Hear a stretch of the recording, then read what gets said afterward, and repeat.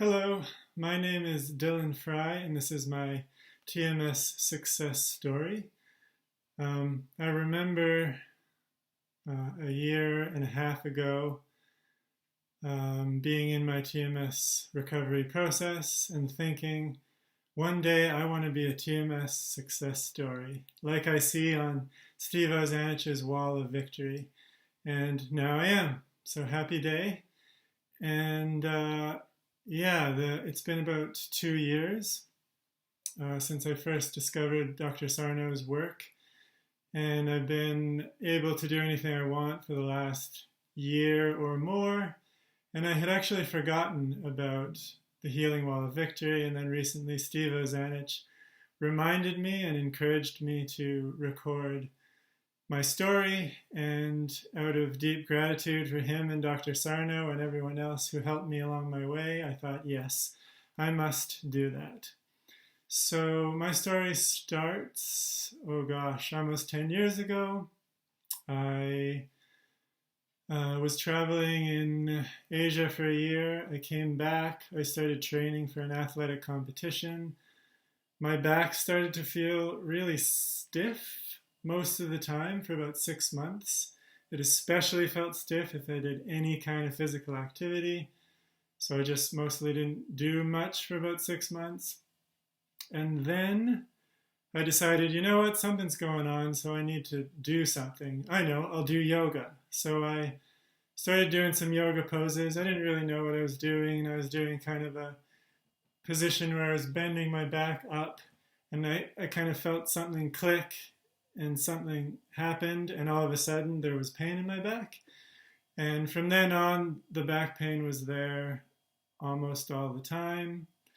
For the first 2 or 3 years, I pretty much could live an almost normal life. I just couldn't really exercise. I could still get up and go through the motions and live my life and just kind of ignore the pain and hope for the best. I was young and thought I was invincible, and I thought if I just waited long enough, it would get better by itself. So that went on for years, and then eventually I was traveling again in Asia with my wife, and my pain was getting worse and worse and worse, and I couldn't sit in a chair. It was really hard to travel. I couldn't sit on trains. I couldn't sit for a meal in a restaurant. We were traveling in Burma, and they have these plastic chairs that are have this big curve in it, so it forces you to slouch, and it just really hurt to sit, even for 5 or 10 minutes. So we decided to cut our trip short, return back to Canada where I live, and start really pursuing back therapies. And so I tried everything. For about a 6-month period, I was treating it almost like a full-time job. And this is totally the TMS attitude, the perfectionism, the catastrophizing, the obsession, the just go, become obsessed with something, learn everything you can, think about only that day and night. So anyways, I applied that obsessiveness. It was literally like a full-time job. For 6 to 8 hours a day, I was either researching therapies, going to appointments, seeing specialists, doing therapies, exercising, trying to walk as much as I could for 1 or 2 hours a day, doing stretching, obsessively doing physiotherapy exercises. So over that 6-month period, intensively, but then for a year or two, I was basically obsessed. I tried every treatment you can think of. Massage therapy, chiropractic, craniosacral acupuncture, acupressure, certain diets, not eating gluten, this, that, the other. When I had tried everything else, I even got surgery in Texas. I'll get to that in a minute. One of the things I discovered was called the Egoscue method, a method of postural corrective exercises. And you may remember in Steve Ozanich's book, he talks about how he got into the Egoscue method as well. Anyways, I tried so many things and it didn't work, and I'd read a lot of success stories with the Vygotsky method, and somehow I got it in my brain, yeah, this is the answer. So I became obsessed with the Vygotsky method, doing it for hours a day, trying to, move in as many different ways as possible. But like Steve Ozanich says in his book, it's good that it gets you moving, but it's not good that it gets you focused on the body. You're always thinking, what's the body doing? What position is it in? Is it in a healthy position? Is it aligned? You're constantly obsessing about what the body's doing. And that was some really unhealthy programming, which affected my TMS recovery. Maybe it still affects me today. If I'm slouched on some comfy couch, I'm thinking, oh no, I've been slouched for a while. And there's some negativity there, which is not healthy. So anyways, obsessed with the Vygotsky method for a while. Like I said, eventually I tried everything else. I thought, what else can I possibly do? I had an MRI, and the only thing they could find was called a Tarlov cyst, which is it's kind of a sac of skin that's in your spine. I know now that it's not the cause of my pain, knowing what I know now. There's many, many thousands of people around the world who have Tarlov cysts but have no symptoms whatsoever. Almost every single neurosurgeon in Canada and the US and neurologist believe that Tarlov cysts are asymptomatic, because usually they are. And I know there's a podcast with Nicole Sachs with a woman named Mickey, and she had a Tarlov cyst. She recovered 100%. I have another friend who has a Tarlov cyst. She's in the process. She's well on her way to recovery. So I know now Tarlov cyst is asymptomatic, just like a herniated disc, just like a compacted disc, just like scoliosis, just like all the other classic TMS diagnoses, which are actually TMS. So anyways, I thought I'd tried everything else. I flew to Texas. I got a surgery with the one guy on earth that does this type of surgery. I did a fundraising project I promoted it on Facebook. A whole bunch of people and acquaintances donated. I raised money for this surgery. The surgeon even gave me a cheaper price because he knew I had no health insurance whatsoever and I was coming from another country. So I got the surgery, and things did improve somewhat for about 2 or 3 months. I now know that this is the placebo effect, because surgery is a very powerful placebo. You're on a waiting list, you go to an expensive hospital, you travel there, you pay a lot of money, you're in a very expensive facility with all these very professional looking people, all this high-tech equipment. You come back, you don't want to admit to yourself or others that it was all for nothing, and you don't want to admit to all the people who donated to your fundraiser that it was all for nothing. So it's a very powerful placebo, and so I convinced myself that it helped for 2 or 3 months, but then it started to get bad again, and then worse, and then even worse than ever before, probably because I was now obsessing about my pain, evaluating it each day, which you don't want to do, and feeling hopeless that I tried now everything. And I started going to my kind of family physician in my hometown, Victoria, BC, Canada. And we did this test and that test, and he got me on a wait list for a pain management clinic, and he got me with this specialist and that specialist. And then around the maybe 3rd or 4th time that I saw him, he sat me down and gave me what I call a demotivational talk, where he told me, look, we don't know what's wrong with you. We're not going to find out what's wrong with you. You need to just accept that you're going to be in pain forever. And you need to stop abusing the system, because we have free healthcare here in Canada. And you need to give up, stop searching for the answer, and just accept that you're going to be in pain forever. So I was I was pretty angry and dejected and disappointed after that talk. And I was pretty much just about to maybe take his advice. I didn't know what else to do. I tried everything. And luckily, right at that moment, a friend recommended the book Healing Back Pain by Dr. John Sarno. I'm sure you all know it. I listened to the audiobook in about a 2-day period, like one evening, and then the next morning I got up and I was excited to listen to the second half. I think probably like less than halfway through listening to that audiobook, I just knew that this was me, that I had TMS, that I had found the answer.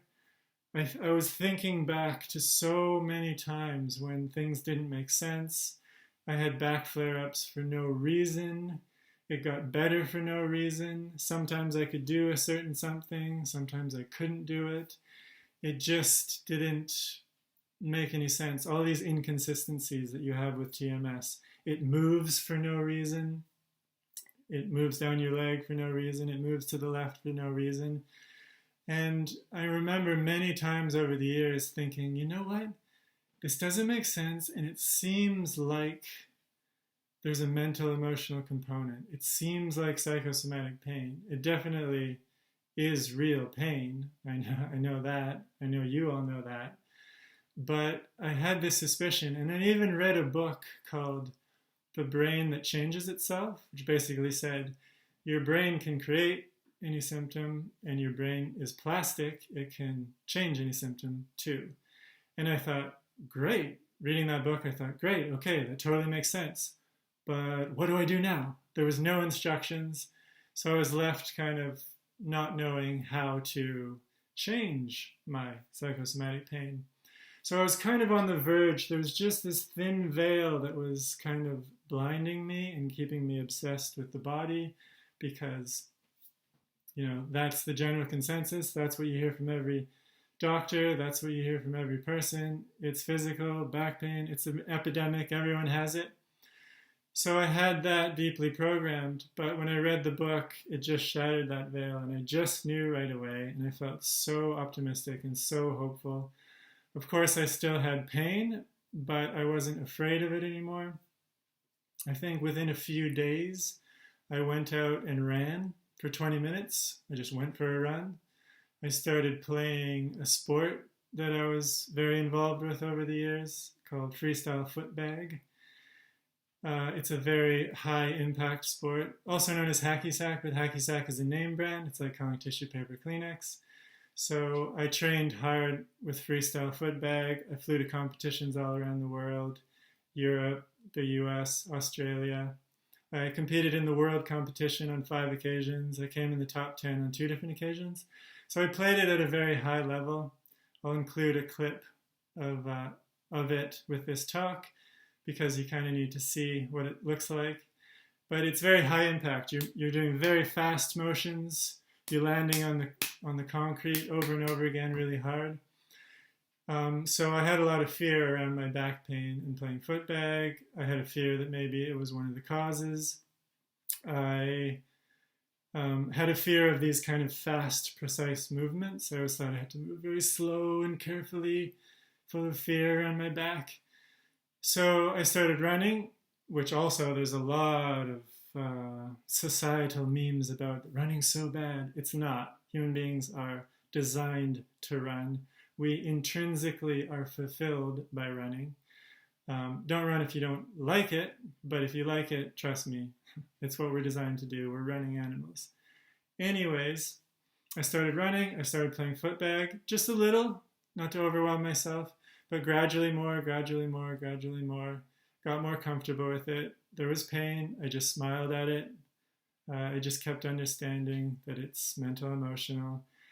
And the pain became less. I would say about 4 months after I read the book, I was 80% better. And then maybe another 2 or 3 months after that, I was 90% better. And then that last 10%, which is quite common, that last 10% probably dwindled away over the period of I want to say 8 or 9 or 10 months. I can't say exactly because I was following Sarno's advice and Steve Ozanich's advice to not watch the calendar, just live your life. There's nothing to heal. You're already better. So I don't know the exact day, but I know that last 10% took quite a while. But I was careful to stop talking about it, to just live as if I'm 100% better. And so, yeah, I read Steve Ozanich's book, The Great Pain Deception. That really helped internalize the concepts. I kept reading. I watched all the documentaries, This Might Hurt, and also All the Rage. I started listening to podcasts, Nicole Sachs' podcast, The Cure for Chronic Pain. Presently, my favorite podcast is the Mind and Fitness podcast. So I kept kind of getting this knowledge therapy, a little dose each day. I also just started getting really fascinated about this whole process and how it's one of the greatest human discoveries because it applies to everyone in so many people and situations, and unneeded surgery and unneeded medication. There's just so many people who would benefit from this. So I started telling friends about it, those who wanted to hear about it. Some people don't, as you may know. I started coaching friends. Some of them recovered, some of them partially recovered, some of them are in the process of recovering.